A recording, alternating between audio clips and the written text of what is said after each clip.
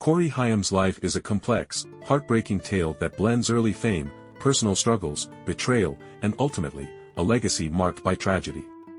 Born on December 23, 1971, in Toronto, Ontario, Corey Ian Haim began his journey in the entertainment world at a very young age.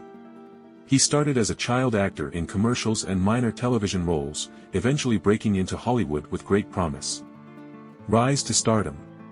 Haim's big break came with the 1986 film Lucas, where he played the title role of a shy, bullied boy with a big heart. The film garnered him critical acclaim, showcasing his ability to convey deep vulnerability and emotion.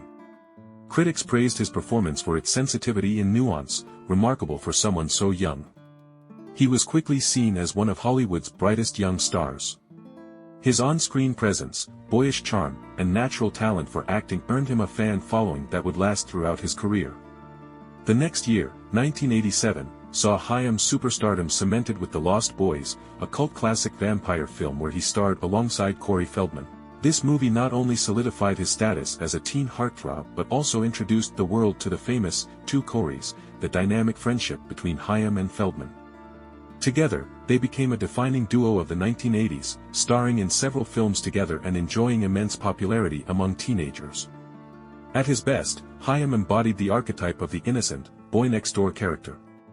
He had an innate ability to make audiences connect with him emotionally, and this raw talent allowed him to excel in a wide range of roles. Fans loved him not only for his talent but for his warmth and relatability. However, his rise to fame came at a high cost. Personal struggles and betrayal. Behind the glamour of Hollywood, Haim's life was marred by deep personal trauma, much of which stemmed from his experiences as a child star in a dangerous environment. His most significant challenges included substance abuse and a pattern of exploitation by individuals who were supposed to be guiding and protecting him. One of the most devastating aspects of Haim's life was the sexual abuse he endured in Hollywood, which he himself spoke about before his passing. He revealed that during his early years in the industry, he was taken advantage of by influential people in the film business, leaving him emotionally scarred. This betrayal had a profound effect on Haim, driving him into a cycle of addiction that he struggled with for the rest of his life. These early experiences of abuse were exacerbated by the negligence of those around him, many of whom turned a blind eye to the dangers he faced. In addition to the predators within the industry, Haim faced betrayal from people close to him who prioritized profit over his well-being. Some of his managers, handlers, and others in his inner circle enabled his drug abuse rather than getting him the help he needed.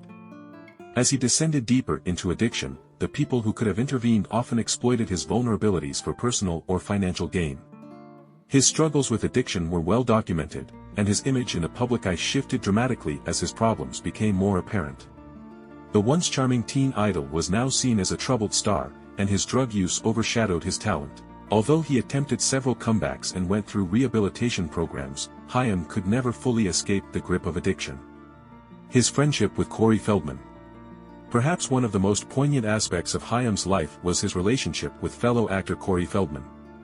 The Two Coreys were a cultural phenomenon, starring together in several films and becoming close friends. While they shared a bond through their similar experiences in Hollywood, their relationship was complicated by their personal struggles, particularly with substance abuse. Feldman has since been vocal about the dark side of their friendship, detailing how they both fell into the traps of Hollywood exploitation.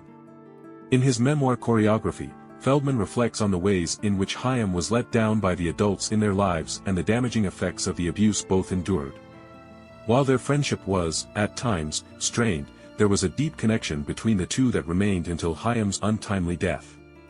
Despite the challenges, the two Coreys remained inextricably linked in the public consciousness, with their careers often intertwined. They even had their own reality show, The Two Coreys, which was meant to showcase their lives and friendship. However, the show also revealed the fractures in their relationship, highlighting Haim's ongoing battles with addiction and the ways in which the entertainment industry had failed them both. Corey Haim's redemption attempts. Throughout his life, Haim sought redemption and fought to regain control over his career and personal life. He made several attempts to come clean, entering various rehab programs and trying to re-establish himself in the film industry. In interviews, Haim spoke candidly about his struggles with addiction, acknowledging the toll it had taken on his career and relationships. He also expressed regret for the pain he had caused his family and friends, particularly his mother, Judy Haim, who remained one of his closest allies throughout his life. While his comebacks were often short-lived, Haim never stopped trying to return to the craft he loved. In the 2000s, he took on smaller roles in films and independent projects, showing glimpses of the talent that had made him a star. However, the years of drug abuse had taken a significant toll on his health and his ability to secure major roles. Death and legacy. Corey Haim died on March 10, 2010, at the age of 38. His death was initially reported as a drug overdose, though it was later determined that pneumonia was the primary cause, complicated by his history of substance abuse. His passing was met with an outpouring of grief from fans, friends, and fellow actors, many of whom lamented the loss of such a promising talent. In the years since his death, Corey Haim's story has become emblematic of the darker side of Hollywood, particularly the dangers faced by child actors in an industry that often fails to protect them. His life serves as a cautionary tale about the vulnerabilities of young stars, the pressures of fame, and the long-lasting effects of exploitation. Despite the tragedies that defined much of his life, it is important to remember the good in Corey Haim as well. He was, by all accounts, a kind, generous, and caring individual. He was known for his big heart and his love for his fans. In his best moments, Haim was a talented actor who brought joy and entertainment to millions.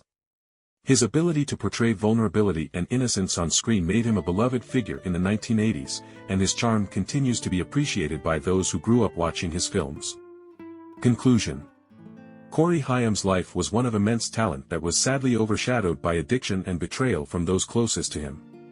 However, his legacy endures, both as a talented actor who captured the hearts of many and as a cautionary symbol of the dangers young stars face in Hollywood. His fans remember him not just for his struggles, but for the light he brought into their lives through his performances, leaving behind a bittersweet memory of what could have been.